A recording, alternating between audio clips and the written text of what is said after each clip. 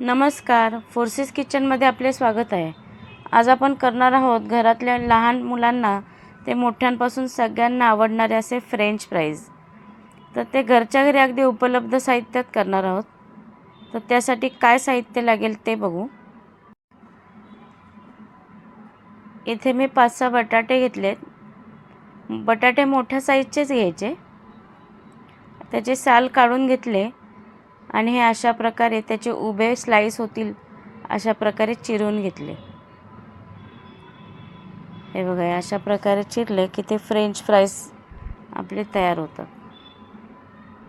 आता हे चिरून मी एका पातेल्यात पाणी घेतले आणि त्यात ठेवले।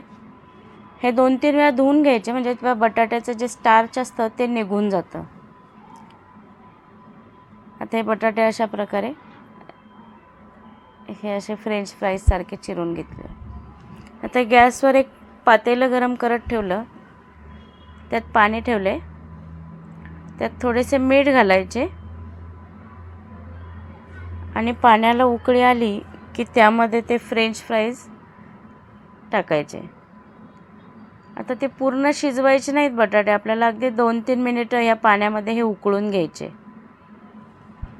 तुम्ही माझी रेसिपी जर पहिल्यांदा बघत असाल तर चॅनलला लाईक, शेअर आणि सबस्क्राईब करा। आता हे अशा प्रकारे 2-3 मिनिटं अगदी खूप शिजवायचे नाहीत त्याला।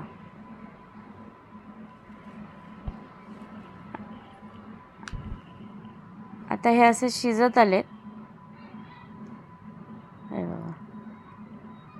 हे काढून घ्यायचे, आपल्याला एका चाळणीवर काढायचे आणि निथळून घ्यायचे। खूप छान होते, मुलांना तर खूपच आवडतात हे फ्रेंच फ्राईज।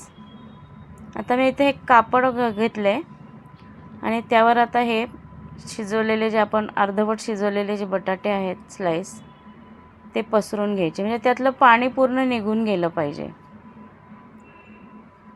आता हे बटाटे मी एका प्लेटमध्ये घेतले स्लाइस आणि आता त्यावर कॉर्नफ्लॉवर टाकायचं।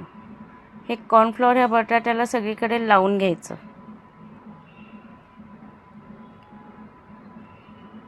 अशा सगळीकडे पूर्ण बटाट्याला कोट करून घ्यायचं ते कॉर्नफ्लॉवर। आता हे अशा प्रकारे तयार आहे। आता मी हे सगळे तळणार नाही आहे, त्यामुळे काही मी थोडेसे फ्रीजमध्ये ठेवणार आहे। त्यासाठी मी इथे एक ट्रे घेतला आणि त्या ट्रेमध्ये हे असे बटाटे आपण टाकायचे आणि नंतर फ्रीझरमध्ये 2-3 तास ठेवायचे। जेव्हा ते असे कडक होतात तेव्हा एका झिपलॉक बॅगमध्ये ठेवून द्यायचे। जेव्हा तुम्हाला लागेल तेव्हा तुम्ही ते कधीही काढून ते तळू शकता। हे अशा प्रकारे आता मी पसरून घेतले आणि फ्रीझरला ठेवून देणार असेच। आता एका मी थोडेसे जे तळणार आहे त्यासाठी मी कढईमध्ये तेल तापत ठेवलं आणि त्यात हे आपले फ्राईज सोडून घ्यायचे।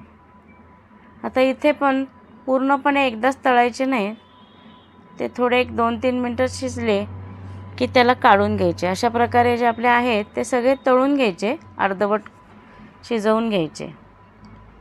आता मी काढणार आहे बाजूला।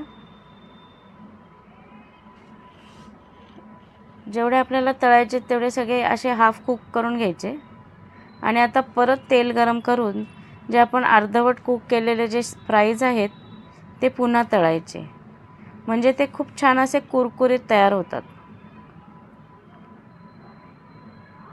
तुम्हाला माझी रेसिपी कशी वाटली ते कमेंट करून नक्की सांगा। बघा, हे अशा प्रकारे तळून घ्यायचे, छान असा brown colour, golden brown colour येईपर्यंत तळून घ्यायचे। हे मस्त आपले फ्रेंच फ्राईज तयार। तर हे मी असे सगळ्या प्रकारे सगळे तळून घेतले। आता त्यात चवीप्रमाणे मीठ घालायचं। तुम्हाला पाहिजे तर तुम्ही पेरी पेरी मसाला घालू शकता याच्यात आणि हे असे सगळे मिक्स करून घ्यायचे। अगदी मस्त आपल्या घरच्या घरी फ्रेंच फ्राईज तयार।